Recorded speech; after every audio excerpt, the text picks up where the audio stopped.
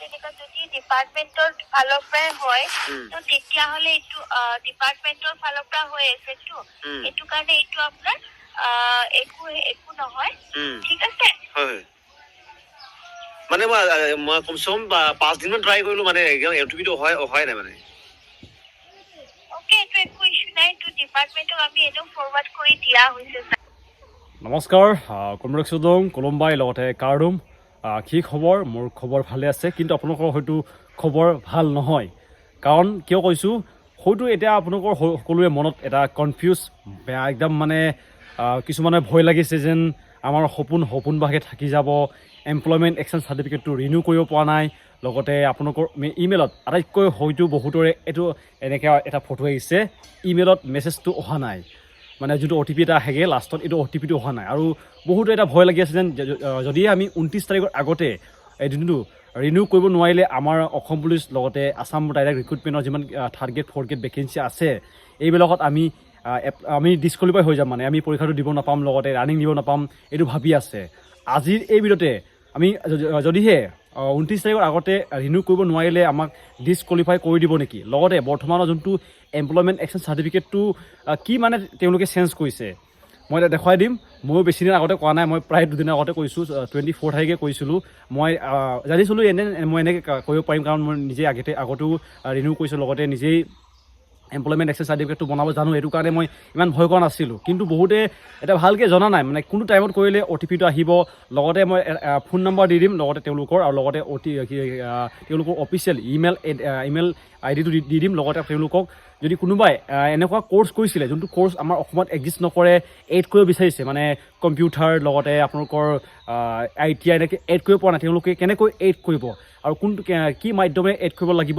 সকলো জনাই দিম সম্পূৰ্ণ কৈছে ভয় নকৰিব আজি আপোনালোকৰ ভিডিঅ'তে এই ভিডিঅ'তে মই আপোনালোকৰ ভয়টো নাইকিয়া কৰি দিম চিন্তা নকৰিব তো আজি ভিডিঅ'টো আৰম্ভ কৰোঁ এতিয়া আহিছোঁ নতুন লগতে পুৰণা এমপ্লয়মেণ্ট এক্সচেঞ্জ চাৰ্টিফিকেটখন দেখিবলৈ কেনেকুৱা এইখন হৈছে পুৰণাখন এইখন হৈছে পুৰণাখন আৰু এইখন হৈছে নতুনখন দেখিবলৈ ছেম হয় কিন্তু অলপ তেওঁলোকে ডিফাৰেঞ্চ কৰিছে আৰু বেনিফিটকেইটা অলৰেডি মই কৈ দিলোঁ আৰু কোনে কৰিব লাগে আৰু বহুতে ভয় লাগি আছিলে ভয়টো তেওঁলোকক মই ক্লিয়াৰ কৰি দিলোঁ মাইণ্ডটো মানে তেওঁলোকৰ ডাউটকেইটা ক্লিয়াৰ কৰি দিলোঁ লগতে এইটো হৈছে মোৰ ইনষ্টাগ্ৰাম ID যদি ওচৰৰ পৰা ভালকৈ চাব ইচ্ছা আছে কি ডিফাৰেঞ্চ তেওঁলোকে কৰিছে আপোনালোকক ফটোখন দি দিম আপোনালোকে নিজে চাব পাৰিব মই ইয়াত দেখাব নোৱাৰিম ইউটিউবত কাৰণ ইউটিউবে এলাউ নকৰে ডকুমেণ্ট এনেকৈ শ্ব' কৰি তেওঁলোকে ভিডিঅ'টো ডিলিট কৰি দিয়ে এইটো কাৰণে মই ৰিস্ক নলওঁ এবাৰ মই দুবাৰ এতিয়ালৈকে ৱাৰ্ণিং পাইছোঁ এইটো কাৰণে মই এখন দেখা নিদিওঁ এইটো হৈছে মোৰ ইনষ্টাগ্ৰাম ID কিবা ডাউট থাকিলেও আপোনালোকে সুধিব পাৰিব প্ৰথম হৈছে যেন বহুতে এটা মনত মানে কুৱেশ্যন আহিছে যেন অ' টি পিটো অহা নাই অ' টি পি কেলৈ অহা নাই ইমেইলত অ' টি পি প্ৰথমৰ দুটাটো আহে অ' টি পি প্ৰায় 3টা আহে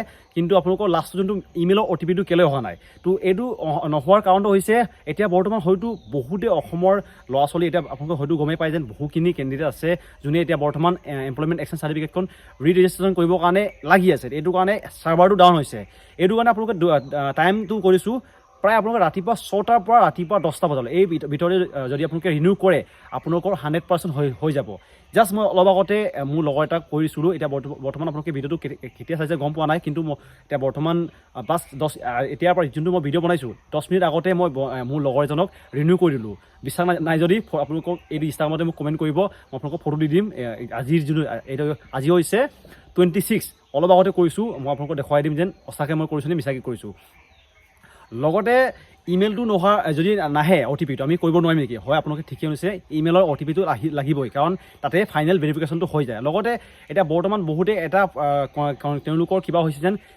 নট ৰেকৰ্ড ফাউণ্ড বুলি কিছুমানে দেখাইছে এইটো হোৱাৰ কাৰণটো হৈছে ছাৰ্ভাৰটোৰ কাৰণে হৈছে আপোনালোকৰ ৰিফ্ৰেছ কৰিব মানে যেতিয়া এনেকুৱা দেখাই নহয় আপোনালোকৰ যেতিয়া ৰিনিউ কৰে আপোনাৰ পুৰণা যোনটো কাগজখন যোনটো এক্সটেনশ্যন নাম্বাৰ এটা থাকি নাই এই নাম্বাৰটো বিচৰা হয় তেতিয়া আপোনালোকে যেতিয়া লগাই তেতিয়া কিছুমানৰ নট ফাউণ্ড দেখাইছে নট ৰেকৰ্ড ফাউণ্ড বুলি এইটো ভয় খাইছে কিছুমানে এইটো হৈছে মোৰ একাউণ্টটো ডিলিট হ'ল নেকি মোৰ একাউণ্টটো বেয়া হ'ল নেকি একো বেয়া হোৱা নাই এইটো ছাৰ্ভাৰটোৰ কাৰণে হয় মোৰ নিজৰো হৈছিলে যেতিয়া মই এপ্লাই কৰিছিলোঁ তেতিয়া 5 বাৰ দেখুৱাইছিলে কিন্তু মই লাহে লাহে কৰিছোঁ ৰিফ্ৰেছ কৰিছিলোঁগৈ ৰিফ্ৰেছ কৰি দিলে আপোনালোকৰ আহি যায়গৈ লগতে আপোনালোকৰ আধাৰ কাৰ্ডটো নাম্বাৰটো লাগিব আধাৰ কাৰ্ডৰ নাম্বাৰটো কৰিব লাগিব লগতে আপোনালোকৰ এইজ প্ৰুফ হিচাপে আপোনালোকৰ ভোটাৰ ID দিব পাৰিব এইবিলাক ডকুমেণ্ট লাগিব আৰু টাইমটো কৰিছোঁ ৰাতিপুৱা 6টাৰ পৰা ৰাতিপুৱা 10টা বজাৰ এই টাইমৰ ভিতৰতে আপোনালোকে ৰিনিউ কৰিব লাগিব নহ'লে 11টা 12টা বিশেষকৈ পিছবেলাটো বেছি চাৰ্ভাৰটো ডাউন হয় আৰু লগতে ৰাতি বেছি চাৰ্ভাৰটো বেয়া হৈছে। আৰু যদিহে কোনোবাই একাউণ্টত মানে তেওঁলোকৰ এক্সট্ৰা চাৰ্টিফিকেট যেনেকৈ ITI কম্পিউটাৰ কৰ্চ যদি তেওঁলোকে এড কৰিব বিচাৰিছে, এইটো হৈছে তেওঁলোকৰ অফিচিয়েল ইমেইল ID। তাত তেওঁলোকক আপোনালোকে কৰিব যেন মোক এনেকুৱা এটা মই কৰ্চ কৰিছিলোঁ, এই কৰ্চটো মোক এড কৰি দিওঁ বুলি। আপোনালোকৰ যোনটো যেতিয়া আপোনালোকে একাউণ্টটো খুলিব আপোনালোকৰ কাৰণে এক্সট্ৰাকৈ যোনটো কৰ্চ কৰিছিল আপোনালোকৰ কাৰণে এইটো ওলাই থাকিব। এইবিলাক হৈছে এক্সট্ৰা বেনিফিটটো। লগতে এতিয়া বৰ্তমান বহুতে ভয় খাইছে যেন আমি ৰিনিউ নকৰিলে আমাৰ অসম পুলিচৰ এডমিট কাৰ্ড নাহিব, আছাম ডাইৰেক্ট ৰিক্ৰুটমেণ্টৰ এডমিট কাৰ্ড নাহিব, এইটো বহুতে ভয় খাইছে। তো আপোনালোকক কৈ দিছোঁ যেন এইটো নহয়, আপোনালোকক নকৰিলে যেন আপোনালোকৰ ডিছকুৱালিফাই কৰিব, এইটো নহয়, কোনো কোৱা নাই যেন আৰু ক'তো অফিচিয়েল নটিচত লিখা নাই যেন। কিন্তু আপোনালোকে ভাল যেন আপোনালোকক মানে এটাই ক'ম যেন আপোনালোকে 29 তাৰিখৰ আগতে কৰি লওক লাগে। যেতিয়া মই অলপ আগতে ফোনত কথা পাতিছিলোঁ তেওঁলোকৰ অফিচিয়েল ফোন নাম্বাৰ মই কণ্টেক্ট কৰিছিলোঁ, এইটো হৈছে অফিচিয়েল নাম্বাৰটো, আপুনি যোনটো নাম্বাৰ দেখিছে। মই নিজে কথা পাতিছোঁ যেন আমাৰ যদি নকৰিলে কিবা দিগদাৰ হ'ব নেকি, তেতিয়া তেওঁলোকে কৈছে কি কৈছে আপোনালোকক দেখুৱাই দিম। এতিয়া মই আপোনালোকক তেওঁলোকৰ লগত যেতিয়া মই কথা পাতিছিলোঁ আমাৰ এনেকৈ OTP অহা নাই, কিবা দিগদাৰ হ'ব নেকি বুলি মই সুধিছিলোঁ, তেতিয়া তেওঁলোকে কি কৈছে আপোনালোকক এতিয়া মই শুনাই দিম। মই নিজে কথা পাতিছোঁ, আপোনালোকৰ লগতে আপোনালোকে কথা পাতিব পাৰিব। এইটো হৈছে তেওঁলোকৰ নাম্বাৰটো, লগতে তেওঁলোকৰ ইমেইল IDটো দি দিম, আপোনালোকে কথা পাতি ল'ব। কিন্তু আপোনালোকক এটাই মই ৰিকুৱেষ্ট কৰিম যে আপোনালোকে 29 তাৰিখৰ আগতে কৰি ল'ব লাগে। মই যিটো কৈছোঁ আপোনালোকক ভয়টো নলগাৰ কাৰণে কৈছোঁ, কিন্তু আপোনালোকে 29 তাৰিখৰ আগতে কৰি ল'ব কাৰণ অফিচিয়েলি ডেটটো লিখাও আছে, আপোনালোকে 29 তাৰিখৰ আগতে কৰি লওক।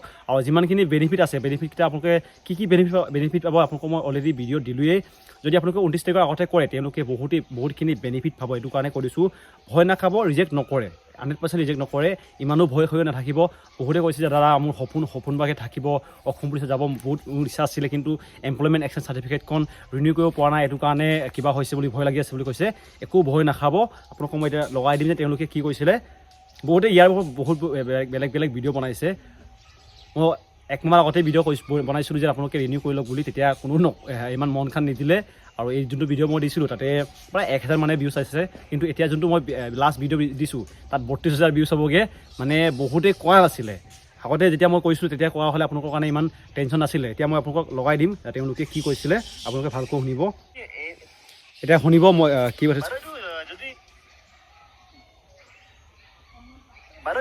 যদি মানে টাইমতে কৰিব নোৱাৰিলে আমাৰ পিছত দিগদাৰ হ'বগে নেকি?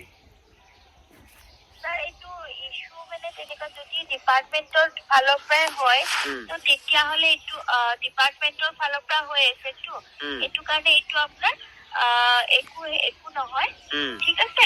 হয়, মানে মই কমচে কম 5 দিনমান ট্ৰাই কৰিলোঁ, মানে OTPটো অহাই নাই মানে। অ'কে, এইটো একো ইস্যু নাই, এইটো ডিপাৰ্টমেণ্টক আমি এনেও ফৰৱাৰ্ড কৰি দিয়া হৈছে ছাৰ। হয়, ঠিক আছে। তো আপোনালোকে শুনিলে, ইমান ভয় নাখাব, আপোনালোকৰ লাহে কি হ'ব, হয়তো তেওঁলোকে কোৱা অনুসৰি ডেটটো অলপ বঢ়াই দিব পাৰে বুলি কৈছে। বঢ়াবনে নবঢ়াই এইটো মই ভালকৈ ক'ব নোৱাৰিম, কিন্তু তেওঁলোকে কোৱা অনুসৰি যি কৈছে এইটো কৈ দিছোঁ। লগতে ইমান ভয় নাখাব, অসম পুলিচৰ এডমিট কাৰ্ড আপোনালোকক ৰিজেক্ট কৰি নিদিয়ে। লগতে যিমানখিনি কিবা আছে তেওঁলোকেও ভয় নাখাব, লাহে কৰক। কিন্তু আগতে আপোনালোকে কৰিব লাগিছিলে, কিন্তু মই এটাই আপোনালোকক ক'ম যেন আপোনালোকে টাইমতে 29 তাৰিখৰ আগতে কৰি লওক, কাৰণ ৰিস্ক ল'ব নোৱাৰিতো।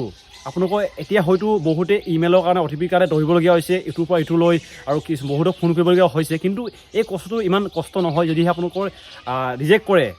মই চিয়'ৰ ৰিজেক্ট হ'ব বুলি ক'ব যোৱা নাই, কিন্তু এইবিলাকৰ কাৰণে দিগদাৰ হ'লে বহুত মনটো ডাউন হ'ব। এইটো কাৰণে আপোনালোকে এইকেইদিন অলপ কষ্ট কৰক। 29 তাৰিখৰ আগতে এদিন দৌৰিবলগীয়া হ'ব আৰু ৰাতি জাগিবলগীয়া হ'ব, উপায় নাই।